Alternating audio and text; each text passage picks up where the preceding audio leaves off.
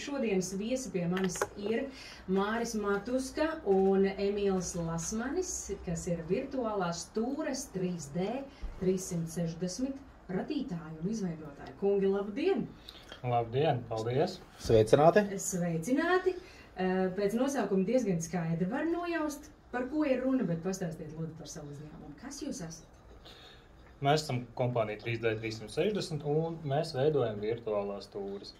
Virtuālās stūres, grūti ir viņas pastāstīt, jo tas ir tāds vizuāls produkts. Jo tas ir jāredz. Tas ir jāredz, tieši tā.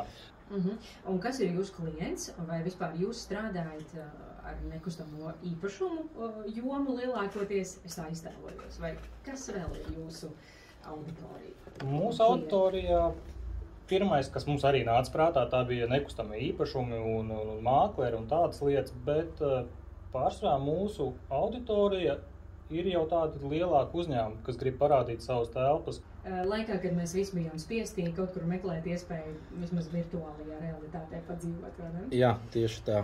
Un pagājušais gads jums arī ir bijis ļoti veiksmīgs, tādā ziņā, ka jūsu darbs ir ticis ļoti augstu novērtēts.